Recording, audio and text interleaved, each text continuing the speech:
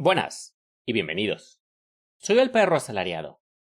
Hoy vamos a estar leyendo con comentario Los fundamentos del leninismo, la sección 5, la cuestión campesina, por Joseph Stalin. Ya salió la sección 1, 2, 3 y 4 de este libro que son los fundamentos del leninismo.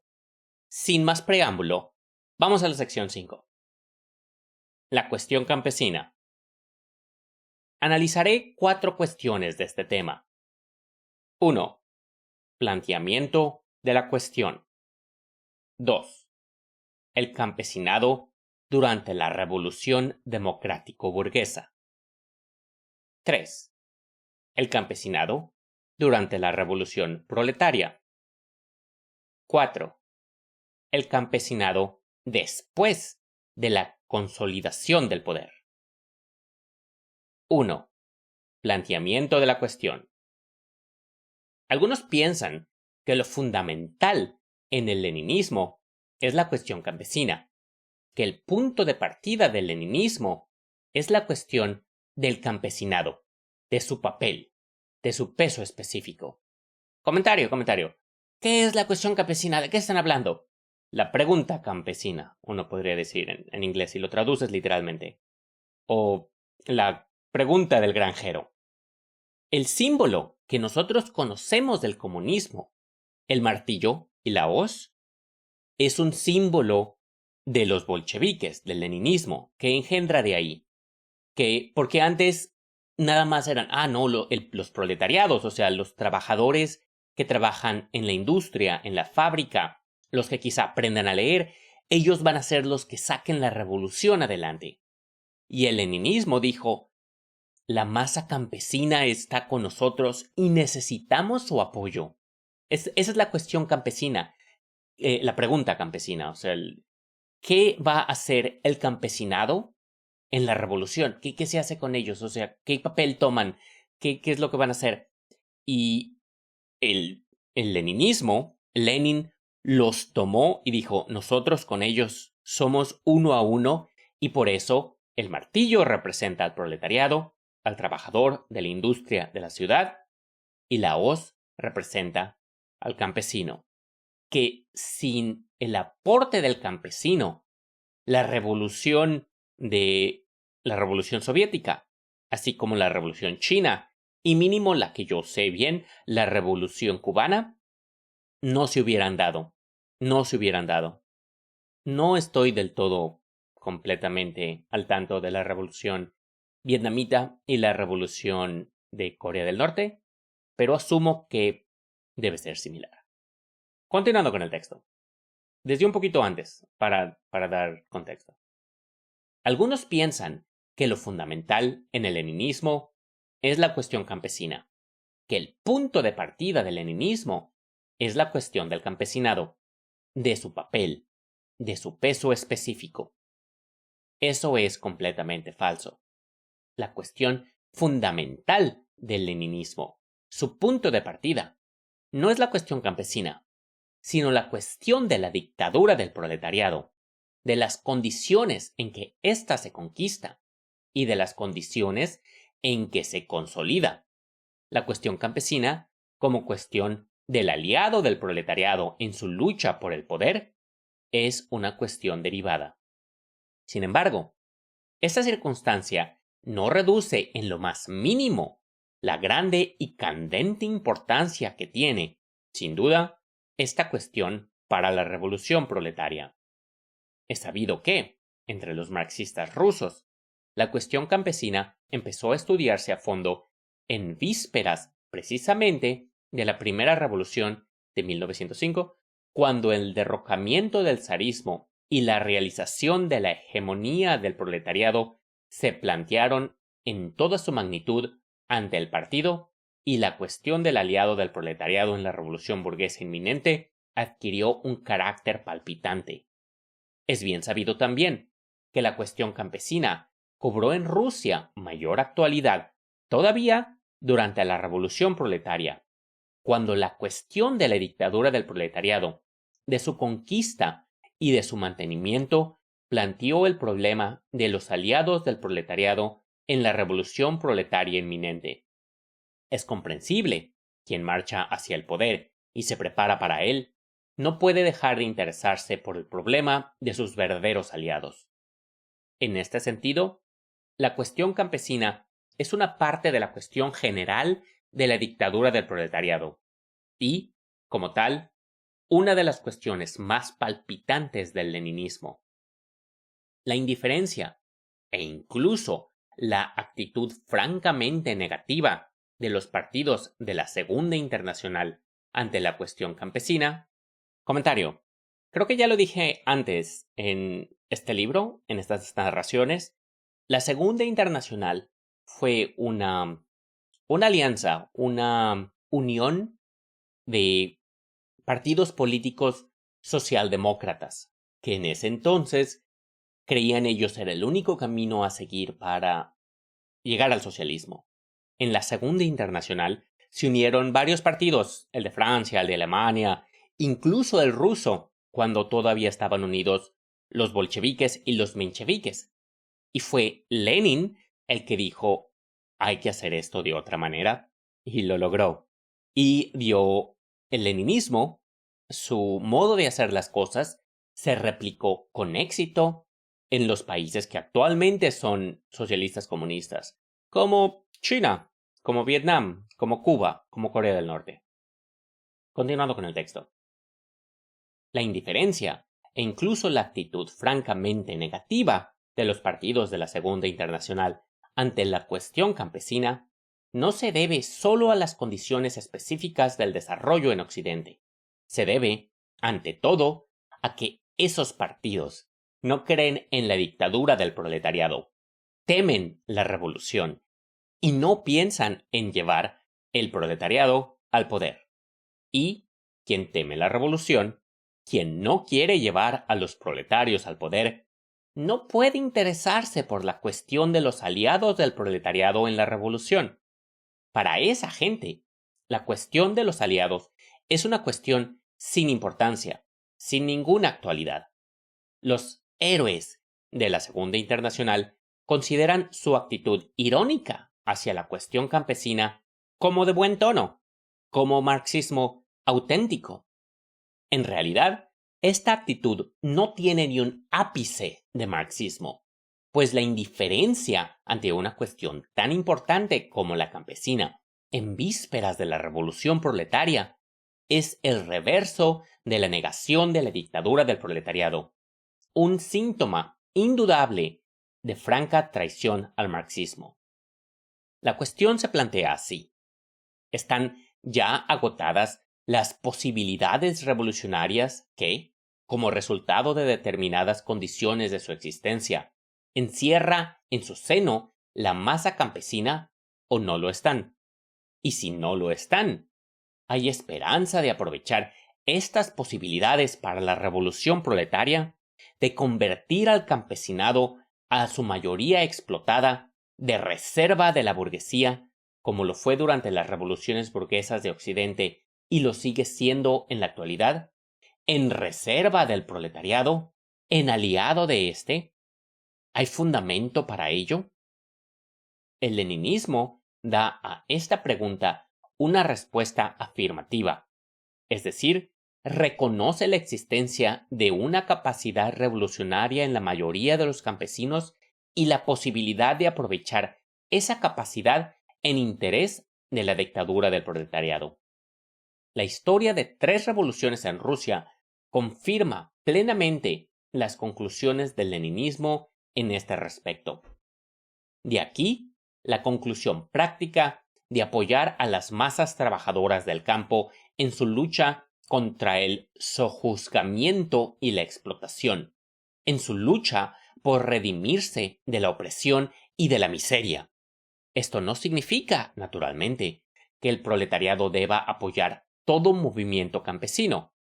Debe apoyar, concretamente, los movimientos y las luchas de los campesinos que contribuyan, directa o indirectamente, al movimiento de liberación del proletariado que, de una u otra forma, lleven el agua al molino de la revolución proletaria, que contribuyan a convertir a los campesinos en reserva y aliado de la clase obrera. 2. El campesinado durante la Revolución Democrático-Burguesa.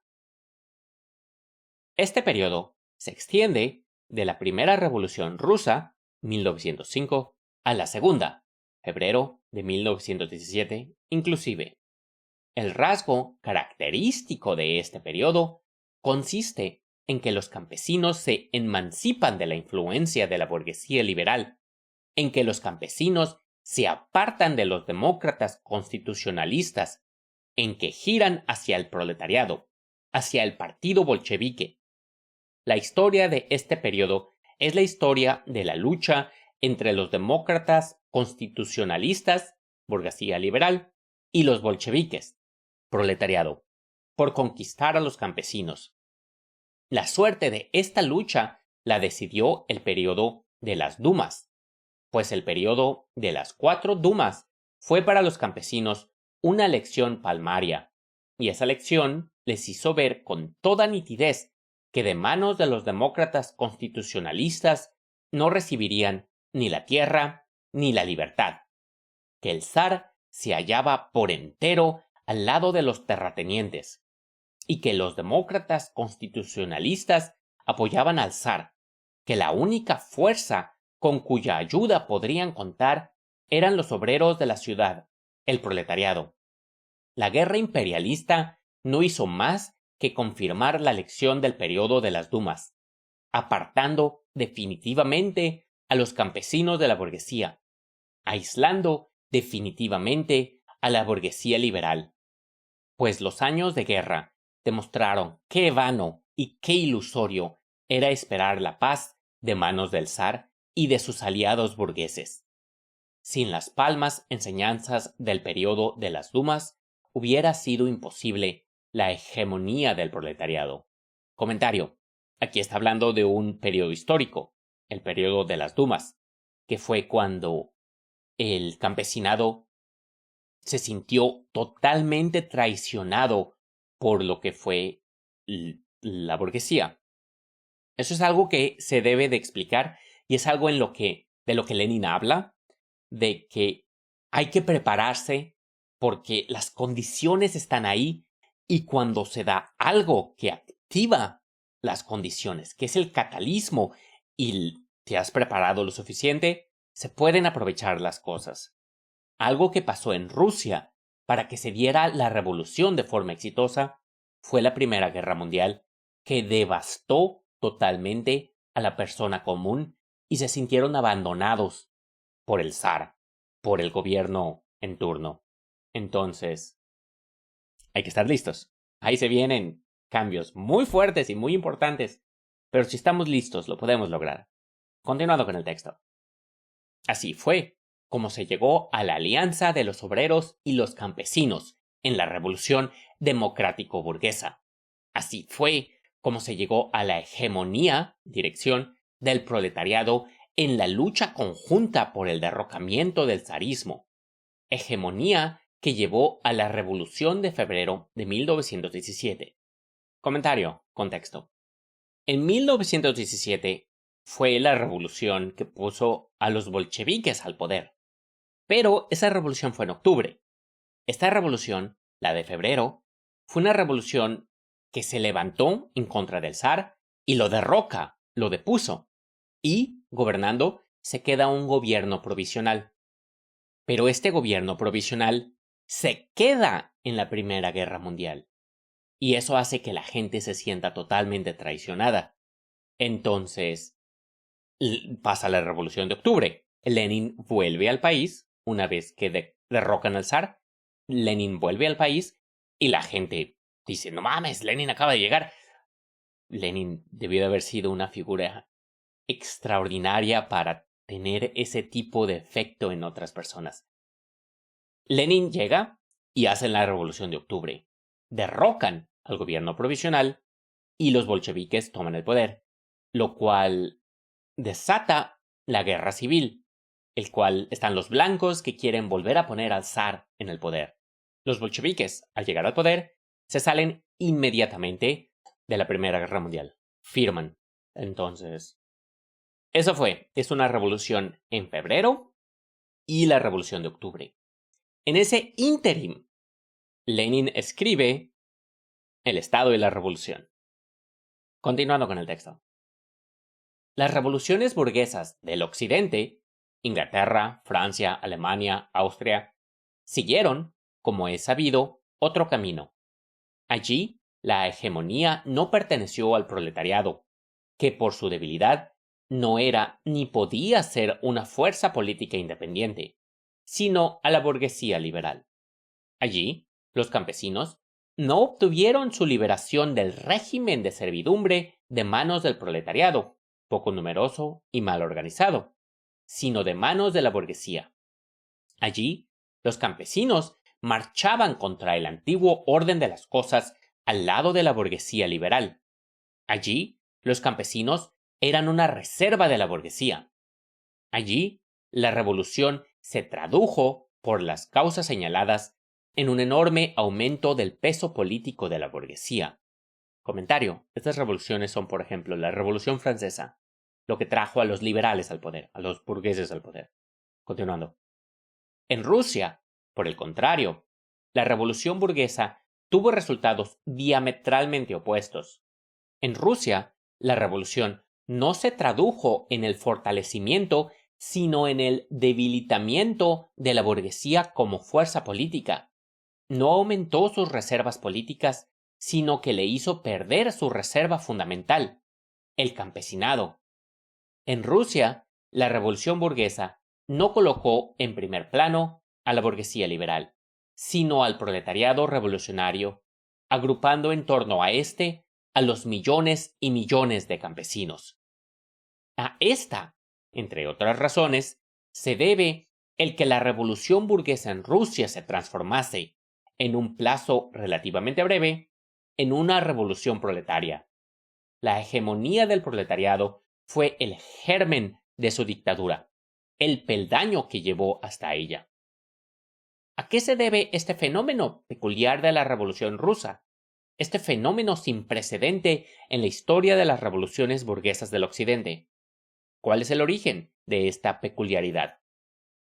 Débese a que la revolución burguesa tuvo lugar en Rusia en condiciones de un mayor desarrollo de la lucha de clases que en el Occidente, a que el proletariado ruso constituía ya, a la sazón, una fuerza política independiente, mientras que la burguesía liberal, asustada por el espíritu revolucionario del proletariado, había perdido todo tinte revolucionario, particularmente después de las enseñanzas del 1905, y había girado hacia una alianza con el zar y con los terratenientes contra la revolución, contra los obreros y los campesinos. Comentario. Estoy dando varios en esta sección. Cuando pasó la primavera árabe, yo no era marxista. Entonces, para mí la primavera árabe me dio a entender, en ese entonces, perro asalariado cuando era un niño, un mocoso, de que las revoluciones ya no se pueden dar, ¿no? Es que mira, está peor que antes y no sé qué, bla, bla, bla. Pero ahí es ahí donde yo estaba equivocado. La revolución, la primavera árabe, se dio mal, no llevó a nada, porque no había una organización proletaria, porque no había idea ni plan, no había alguien que tomara control cuando las cosas empezaran a moverse como se movieron tan rápidamente, porque todo estaba súper infiltrado. Entonces, hay que formar ese tipo de organización. No tiene que ser una organización extensa y con una autoridad clara y con mandamientos firmes, porque seguro van a infiltrar todo. Pero si hay suficientes marxistas, si hay suficientes organizaciones pequeñas, al momento que se den las cosas, es muy probable que podamos tomar los pasos correctos. Y si no, por ejemplo, el simple hecho de empezar a organizarnos en la vida real, empiezas a formar lazos y empiezas a ver las cosas diferente. Sí se puede llegar a este tipo de organización. Continuando con el texto. conviene fijar la atención en las siguientes circunstancias que determinaron el carácter peculiar de la Revolución Burguesa Rusa. A. La extraordinaria concentración de la industria rusa en vísperas de la Revolución. Es sabido, por ejemplo, que el 54% de todos los obreros de Rusia trabajaban en empresas de más de 500 obreros, mientras que en un país tan desarrollado como los Estados Unidos, solo trabajan en empresas análogas el 33% de los obreros. No creo que sea necesario demostrar que ya esta sola circunstancia, unida a la existencia de un partido tan revolucionario como el partido bolchevique, hacía de la clase obrera rusa la fuerza más importante en la vida política del país. B. Las escandalosas formas de explotación que imperaban en las empresas, unidas al intolerable régimen policíaco de los esbirros zaristas, hacían de toda huelga importante de los obreros un acto político formidable y templaban a la clase obrera como una fuerza consecuentemente revolucionaria. C.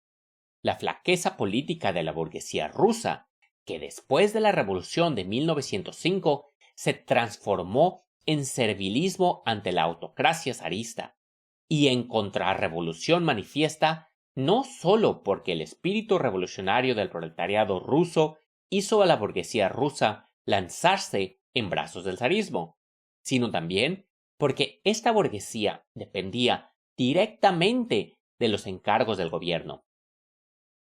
D.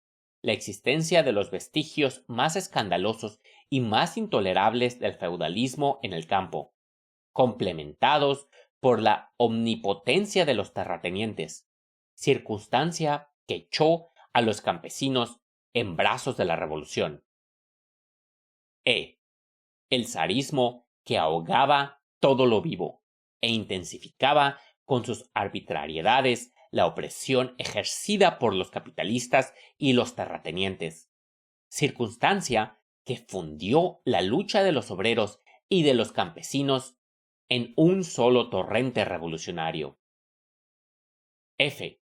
La guerra imperialista, que fundió todas estas contradicciones de la vida política de Rusia en una profunda crisis revolucionaria y dio al empuje de la revolución una fuerza increíble. Comentario. La guerra imperialista es la Primera Guerra Mundial. Continuando. En estas condiciones, ¿hacia dónde podían orientarse los campesinos?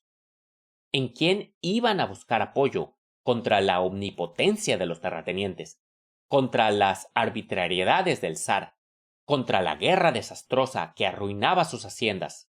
¿En la burguesía liberal? La burguesía liberal era enemiga, así lo había demostrado la larga experiencia de las 4 dumas. ¿En los eseristas? Los eseristas eran naturalmente mejores que los demócratas constitucionalistas y tenían un programa aceptable, casi campesino. Pero, ¿qué podían darles los eseristas si pensaban apoyarse solo en los campesinos y eran débiles en la ciudad, de donde, ante todo, sacaba sus fuerzas el enemigo? ¿Dónde estaba la nueva fuerza que no se detendría ante nada, ni en el campo, ni en la ciudad, que se situaría valientemente en las primeras filas en la lucha contra el zar y los terratenientes, que ayudaría al campesinado a romper las cadenas de la esclavitud, de la falta de tierra, de la opresión de la guerra? ¿Existía, en general, en Rusia semejante fuerza? Sí, sí que existía. Era el proletariado ruso, que había puesto ya de manifiesto, en 1905, su fuerza, su capacidad para luchar hasta el fin, su valentía, su espíritu revolucionario. En todo caso, no existía ninguna otra fuerza semejante. No había de dónde sacarla. Por eso, los campesinos, después de apartarse de los demócratas constitucionalistas y de acercarse a los eseristas, llegaron a comprender la necesidad de someterse a la dirección de un jefe de la revolución tan valiente como el proletariado ruso. Tales fueron las circunstancias que determinaron el carácter peculiar de la revolución burguesa en Rusia. 3. El campesinado durante la revolución proletaria. Este periodo se extiende de la Revolución de Febrero de 1917 a la Revolución de Octubre de 1917. Es un periodo relativamente breve, en total 8 meses. Pero, desde el punto de vista de la formación política y de la educación revolucionaria de las masas, esos 8 meses bien pueden ser equiparados a los largos decenios de desarrollo constitucional ordinario. Ahí te habla Lenin. Pues son 8 meses de revolución. El rasgo característico de este periodo es que los campesinos se hacen más revolucionarios, se desengañan de los eseristas, se apartan de ellos y dan un nuevo viraje para agruparse de manera directa en torno al proletariado, como única fuerza revolucionaria consecuente hasta el fin, capaz de llevar el país a la paz. La historia de este periodo es la historia de la lucha de los eseristas, democracia pequeño burguesa, y de los bolcheviques, democracia proletaria, por conquistar a los campesinos, por ganarse a la mayoría de los campesinos. Decidieron la suerte de esta lucha el periodo de la coalición, el periodo de la Kerenskiada, la negativa de los eseristas y los mencheviques a confiscar las tierras de los terratenientes, la lucha de los eseristas y los mencheviques por la continuación de la guerra, la ofensiva de junio en el frente, la pena de muerte para los soldados, los que desertaban, pena de muerte para los soldados que desertaban. Continuando. Y la sublevación de Kornilov. Si antes, en el periodo anterior, la cuestión fundamental de la revolución era derrocar al zar y el poder de los terratenientes, ahora, en el periodo siguiente a la Revolución de Febrero, en que ya no había zar y la guerra interminable daba el golpe de gracia a la economía del país, arruinando enteramente a los campesinos, la cuestión fundamental de la revolución era acabar con la guerra. El centro de gravedad se había desplazado, sin dejar lugar a dudas, de las cuestiones de carácter puramente interior a la cuestión fundamental, a la cuestión de la guerra. Poner fin a la guerra, librarse de la guerra. Tal era el clamor general del país, extenuado y, sobre todo, de los campesinos. Ahora bien, para librarse de la guerra, había que derrocar al gobierno provisional, había que derrocar el poder de la burguesía, había que derrocar el poder de los eseristas y los mencheviques, porque eran ellos, y sólo ellos, quienes dilataban la guerra hasta la victoria final. En realidad, no había más camino para salir de la guerra que el derrocamiento de la burguesía. Fue aquella una nueva revolución, una revolución proletaria, porque arrojaba del poder a la última fracción, a la fracción de extrema izquierda de la burguesía imperialista, a los partidos eserista y menchevique, para crear un nuevo poder, un poder proletario, el poder de los soviets, para llevar al poder al partido del proletario revolucionario, al partido bolchevique, al partido de la lucha revolucionaria contra la guerra imperialista y por una paz democrática. La mayoría de los campesinos apoyó la lucha de los obreros por la paz, por el poder de los soviets. Para los campesinos no había otra salida. No podía haber otra salida. El periodo de la Kerenskiada fue, por tanto, la enseñanza más palmaria para las masas trabajadoras del campo, pues demostró, evidentemente, que, bajo el poder de los eseristas y de los mencheviques, el país no se libraría de la guerra, y los campesinos no obtendrían ni la tierra ni la libertad, que los mencheviques y los eseristas solo se distinguían de los demócratas constitucionalistas por sus discursos melifluos y sus promesas engañosas, practicando, en realidad, la misma política imperialista que los demócratas constitucionalistas, que el único poder capaz de sacar al país del atolladero era el poder de los soviets. La prolongación de la guerra no hizo más que confirmar lo acertado de esta lección, expoliando la revolución e impulsando a millones y millones de campesinos y soldados a agruparse de manera directa en torno a la revolución proletaria.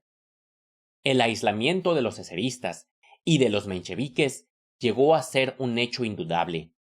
Sin las enseñanzas palmarias del periodo de la coalición no hubiera sido posible la dictadura del proletariado. Tales fueron las circunstancias que facilitaron el proceso de transformación de la revolución burguesa en revolución proletaria.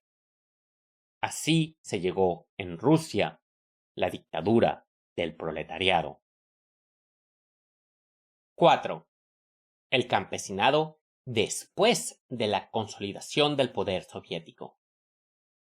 Si antes, en el primer periodo de la revolución, la cuestión consistía principalmente en derrocar al zarismo y, más tarde, después de la Revolución de Febrero, consistía, ante todo, en salir de la guerra imperialista mediante el derrocamiento de la burguesía, ahora, después de terminada la guerra civil y consolidado el poder soviético, pasan en primer plano las cuestiones de la edificación económica, reforzar y desarrollar la industria nacionalizada, ligar a este efecto la industria con la economía campesina a través del comercio regulado por el Estado, sustituir el sistema de contingentación por el impuesto en especie, para luego, disminuyendo gradualmente este impuesto, pasar al cambio de artículos industriales por productos de la economía campesina,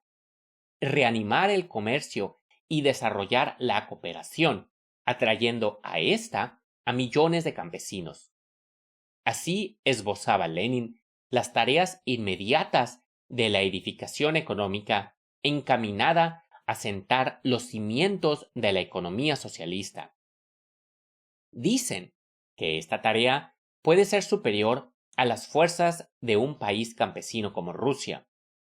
Algunos escépticos incluso llegan a afirmar que esta tarea es puramente utópica, irrealizable, porque los campesinos son campesinos, es decir, pequeños productores, y no pueden, por tanto, ser utilizados para organizar los cimientos de la producción socialista. Pero los escépticos se equivocan, porque no toman en consideración algunas circunstancias que tienen, en este caso, una importancia decisiva. Veamos las principales. Primera, no hay que confundir al campesinado de la Unión Soviética con el campesinado del Occidente. Un campesinado que ha pasado por la escuela de 3 revoluciones, que ha luchado del brazo del proletariado y bajo la dirección del proletariado contra el zar y el poder burgués. Un campesinado que ha recibido de manos de la revolución proletaria la tierra y la paz, y que, por ello, se ha convertido en reserva del proletariado. Este campesinado no puede, por menos de diferenciarse del campesinado que ha luchado en la revolución burguesa bajo la dirección de la burguesía liberal. Ha recibido la tierra de manos de esta burguesía y se ha convertido por ello en reserva de la burguesía. Huelga demostrar que el campesinado soviético, acostumbrado a apreciar la amistad política y la colaboración política del proletariado, y que debe su libertad a esta amistad y a esta colaboración, no puede por menos de estar extraordinariamente predispuesto a colaborar económicamente con el proletariado. Engels decía que, cita, la conquista del poder político por el Partido Socialista se ha ido dibujando como una meta próxima que, para conquistar el poder político, este partido tiene antes que ir de la ciudad al campo y convertirse aquí en una potencia. Se cierra la cita. Engels escribió estas palabras en el último decenio del siglo pasado. Comentario del 1800. Continuando. Refiriéndose a los campesinos del occidente. Es necesario demostrar que los comunistas rusos que han llevado a cabo en este terreno una labor gigantesca en el transcurso de 3 revoluciones han conseguido crearse ya en el campo una influencia y un apoyo con los que nuestros compañeros del occidente no pueden ni siquiera soñar. ¿Cómo es posible negar que esta circunstancia no puede por menos de facilitar de modo radical el establecimiento de la colaboración económica entre la clase obrera y los campesinos de Rusia? Los escépticos repiten machaconamente que los pequeños campesinos son un factor incompatible con la edificación socialista. Pero escuchad lo que dice Engels a propósito de los pequeños campesinos de Occidente. Se abre aquí una cita. Nosotros estamos resueltamente de parte del pequeño campesino. Haremos todo cuanto sea admisible para hacer más llevadera su suerte, para hacerle más fácil el paso al régimen cooperativo, caso de que se decida a él, e incluso para facilitarle un largo plazo de tiempo para que lo piense en su parcela si no se decide a tomar todavía esta determinación.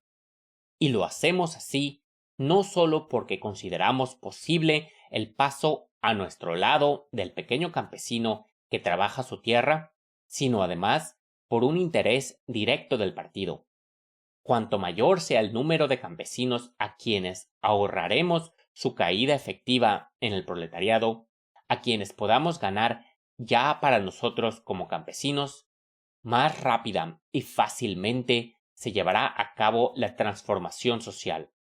¿No está en nuestro interés el tener que esperar para esta transformación a que se desarrolle en todas partes, hasta sus últimas consecuencias, la producción capitalista, a que hayan caído en las garras de la gran producción capitalista hasta el último pequeño artesano y el último pequeño campesino? Los sacrificios materiales que haya que hacer en este sentido en interés de los campesinos a costa de los fondos públicos podrán ser considerados, desde el punto de vista de la economía capitalista, como dinero tirado, pero serán, a pesar de ello, una excelente inversión, pues ahorrarán tal vez una cantidad decuplicada en los gastos de la reorganización de la sociedad en general. Por tanto, en este sentido, podremos proceder con los campesinos muy generosamente. Se cierra la cita. Así hablaba Engels, refiriéndose a los campesinos del occidente. Pero, ¿no está claro acaso que lo que dice Engels no puede llevarse a cabo en ningún sitio con tanta facilidad ni plenitud como en el país de la dictadura del proletariado?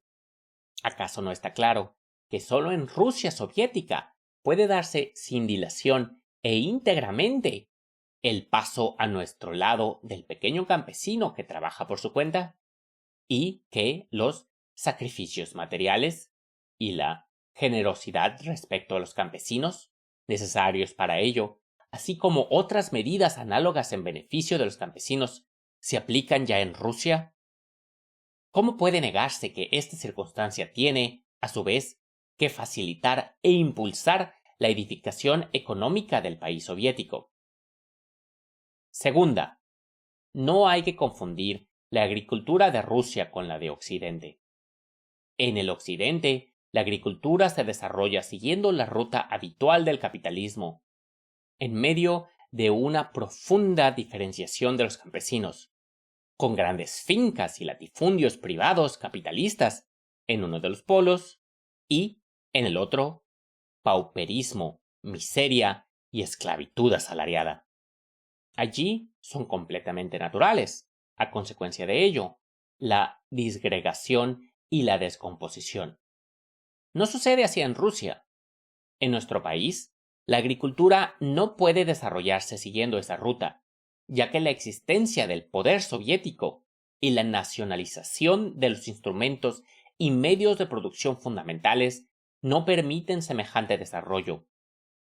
En Rusia, el desarrollo de la agricultura debe seguir otro camino, el camino de la cooperación de millones de campesinos, pequeños y medios, el camino del desarrollo de la cooperación en masa en el campo, fomentada por el Estado mediante créditos concedidos en condiciones ventajosas. Lenin indicaba acertadamente en sus artículos sobre la cooperación que el desarrollo de la agricultura de nuestro país debía seguir un camino nuevo, incorporando a la mayoría de los campesinos a la edificación socialista a través de la cooperación, introduciendo gradualmente en la economía rural el principio del colectivismo, primero en la venta de los productos agrícolas y después en su producción. En este sentido, son sumamente interesantes algunos fenómenos nuevos que se presentan en el campo en relación con la cooperación agrícola. Es sabido que en el seno de la Unión de Cooperativas Agrícolas han surgido, en diferentes ramas de la economía rural, en la producción de lino, de patatas, de manteca, etc., nuevas y fuertes organizaciones con un gran porvenir. Entre ellas figura, por ejemplo, la Cooperativa Central del Lino, que agrupa a toda una red de cooperativas campesinas de producción de lino. La Cooperativa Central del Lino se ocupa de suministrar a los campesinos semillas e instrumentos de producción. Compra, después, a los mismos campesinos toda su producción de lino. La vende en gran escala en el mercado, garantiza a los campesinos una participación en los beneficios y, de este modo, liga la economía campesina a través de la Unión de Cooperativas Agrícolas con la industria del Estado.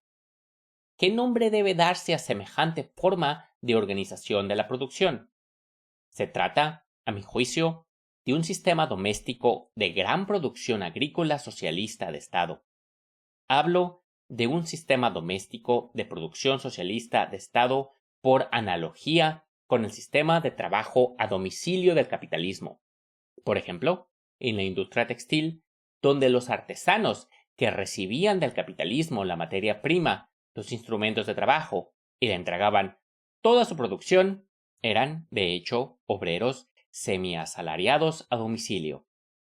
Este es uno de los numerosos ejemplos indicadores del camino que debe seguir en nuestro país el desarrollo de la agricultura.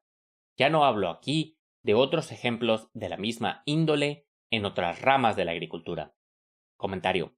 Esto fue escrito en el 1924, años antes de la colectivización agrícola, que fue un punto de conflicto muy fuerte.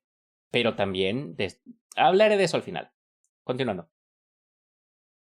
No creo que sea necesario demostrar que la inmensa mayoría de los campesinos seguirán de buen grado esta nueva vía de desarrollo, rechazando la vía de los latifundios privados capitalistas y de la esclavitud asalariada, la vía de la miseria y de la ruina.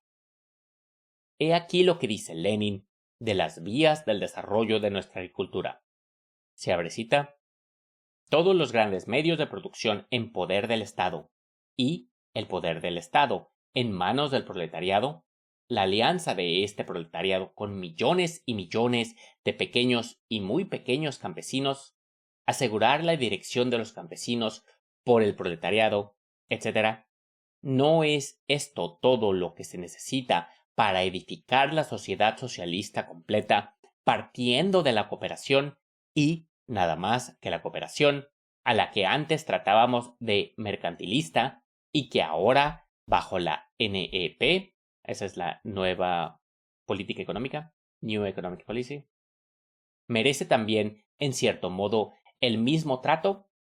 ¿Acaso no es todo esto lo imprescindible para edificar la sociedad socialista completa?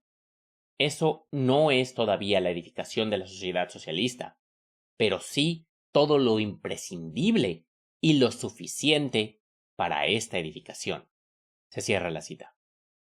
Hablando más adelante de la necesidad de prestar apoyo financiero y de toda otra índole a la cooperación como un nuevo principio de organización de la población y a un nuevo régimen social bajo la dictadura del proletariado, Lenin dice, se abre cita, todo régimen social surge exclusivamente con el apoyo financiero de una clase determinada. Huelga recordar los centenares y centenares de millones de rublos que costó el nacimiento del libre capitalismo. Ahora debemos comprender, para obrar en consecuencia, que el régimen social al que en el presente debemos prestar un apoyo extraordinario es el régimen cooperativo. Pero hay que apoyarlo en el verdadero sentido de la palabra. Es decir, no basta con entender por tal apoyo la ayuda prestada a cualquier cambio cooperativo, sino que, por tal apoyo, hay que entender el prestado a un cambio cooperativo en el que participan efectivamente verdaderas masas de la población. Se cierra la cita. ¿Qué nos dicen todas estas circunstancias? Nos dicen que los escépticos no tienen razón. Nos dicen que quien tiene razón es el leninismo, que ve en las masas trabajadoras del campo la reserva del proletariado. Nos dicen que el proletariado, en el poder, puede y debe utilizar esta reserva para vincular la industria a la agricultura, para impulsar la construcción socialista y dar a la dictadura del proletariado la base que necesita y sin la cual es imposible el paso a la economía socialista. Y ese es el fin del texto. Es el fin de la sección. La sección 5. La cuestión campesina. Está bueno este texto. Creo que Stalin es claro, es muy bueno en poder identificar lo que dio a la revolución de octubre, cómo se dieron las cosas y cómo la participación y la alianza de los campesinos fue indispensable para que pudieran tomar el poder. Y después de cuando escribe esto Stalin, que es de lo que dice, de que hay algunos escépticos, se da la colectivización, lo cual le da una seguridad alimentaria a la Unión Soviética extraordinaria, o sea, bastante fuerte después de la colectivización. Y el hecho de poder tener la colectivización ayuda a que tengan exceso para poder vender y para poder industrializarse rápidamente. Se industrializaron rapidísimo en la Unión Soviética, pero no había otra manera, porque ahí venían los fascistas. Si no se hubiera dado una industrialización a marchas forzadas, los fascistas hubieran ganado. Obviamente es historia alterna, no puedes ir a ver, ¿qué hubiera pasado? Pero uno puede ponerse a ver las circunstancias que había antes y después. Y puedes poner, había muchos analistas en la guerra, antes de la guerra, que estaban de acuerdo y pensaban que la Unión Soviética no iba a durar, que Alemania nomás iba a llegar e iba a pasar como por su casa. De hecho, eso era lo que creía los fascistas. Eso fue lo que le dijeron a Hitler. Por eso él después estaba bastante molesto de que, oye, ¿por qué están resistiendo tanto estos soviéticos? Porque hubo una industrialización como nunca había habido en la historia. Y no solo los detuvieron, los echaron para atrás. Llegaron a Berlín. Antes de que me emocione.